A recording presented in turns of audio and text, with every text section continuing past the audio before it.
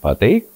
Tas ir Māris, pasniedzējs Latgales industriālajā tehnikumā. Bez stilīgas bizes viņam ir arī stilīgi motora pārsegi. Bet tā nav vienīgā lieta. Nu jā, jau mēs te esam, varbūt var parādīt, ko vēl jūs te darat. Jā, to parādīs Dāvis.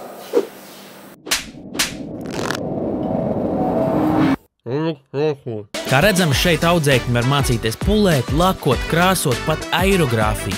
Un tas viss ar Eiropas Savienības līdzfinansēto moderno aprīkojumu. Modernāks nekā Rīgā. Un ne tikai krāsotājiem prieks, arī flīzētājiem, kuriem ir jauns inventārs, lai taisītu ko šādu un arī šādu.